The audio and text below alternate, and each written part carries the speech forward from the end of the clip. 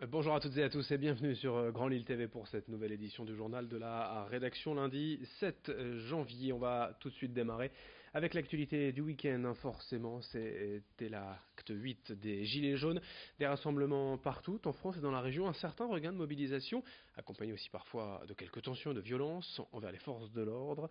À Lille ce samedi, un millier de personnes ont défilé et 42 interpellations. Ailleurs, d'autres petits rassemblements ont été signalés dans les centres-villes ou sur certains ronds-points pour les commerçants. À chaque fois, c'est en tout cas une source d'inquiétude. Les commerçants, les professionnels avouent souffrir depuis le mois de décembre et même depuis mi-novembre d'une baisse de fréquentation chaque samedi dans les centres-villes, d'une baisse de leur chiffre d'affaires. Il y a bien sûr les gilets jaunes, mais pas seulement. Le climat général n'inciterait pas à l'optimisme et à la consommation. Les commerçants attendent maintenant les soldes ce mercredi pour écouler les stocks. Hélène Natier est présidente de la FICOMEL, Fédération indépendante du commerce de la métropole lilloise. Elle est au micro de Margot Sailly. On a discuté avec la secrétaire d'État qui est venue nous voir à Lille, à la CCI. Donc on a exposé toutes les problématiques. On a demandé des échelonnements pour le paiement d'URSSAF, TVA, etc. Et puis, vous savez, on a essayé de communiquer un maximum que on pouvait venir, que les gens étaient là, que les boutiques étaient open, que voilà, parce qu'il y avait une espèce de peur en fait de venir aussi avec les images qui étaient diffusées en boucle de ce qui se passait dans les autres villes, alors que nous, d'un autre côté, c'était quand même extrêmement apaisé. Il n'y avait pas de mouvement de violence du tout. Ils sont même venus rubasses, les gilets jaunes. C'était plutôt bon enfant ce qui se passait ici. À Bousbecq, près de Lille, une commune qui a connu une sévère série de démissions au sein du conseil municipal ces derniers mois. De nouvelles élections ont été organisées en décembre et c'est un ancien opposant, l'ancienne mairie, Joseph Lefebvre, qui a remporté l'écharpe de premier édile. Son portrait proposé par Xavier Silly.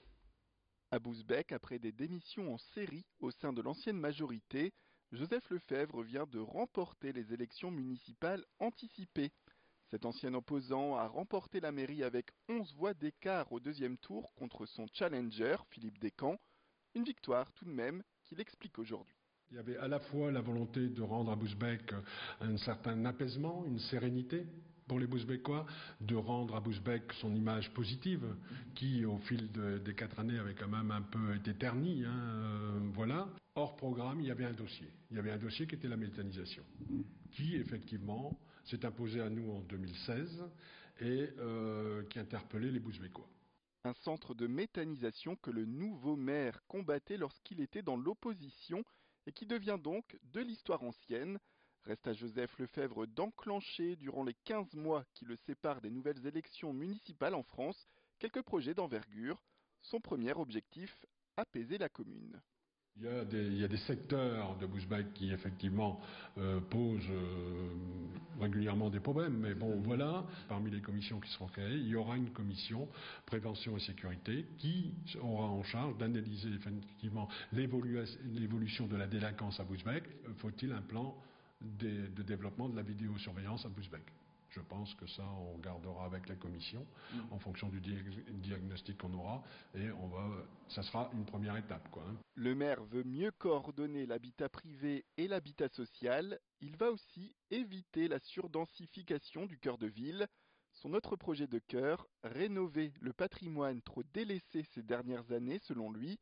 Niveau budget, il sait que les difficultés augmentent pour un maire avec les baisses des dotations de l'État et la suppression de la taxe d'habitation qui laisse encore planer des interrogations.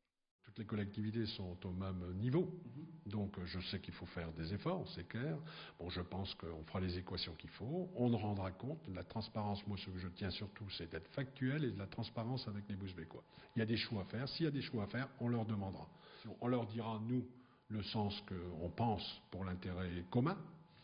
Mais après, il appartient aux Bousbecquois de se décider. On passe au sport également. Avec le retour du football, après la trêve des vacances de Noël, le LOSC est de retour sur les terrains ce soir à domicile au stade Pierre-Mauroy face à Sochaux, une équipe de Ligue 2.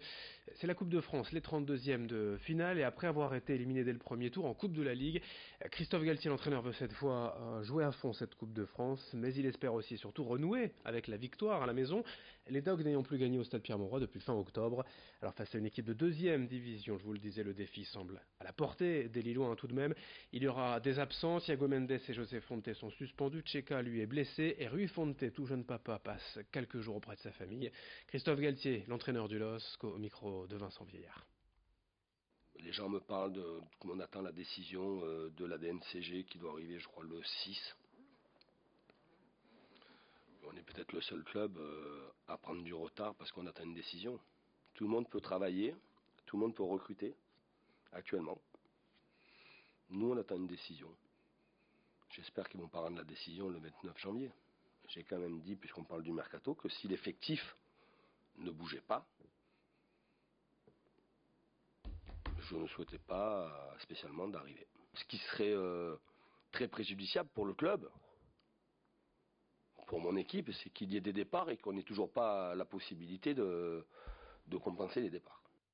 Lille-Sochaux, c'est donc ce soir 21h au stade Pierre-Mauroy. Parmi les autres résultats, des clubs de la région, Lens et Valenciennes ont été éliminés, de même que Gravelines. Seul Croix est passé en battant Raon-l'Étape 2-0.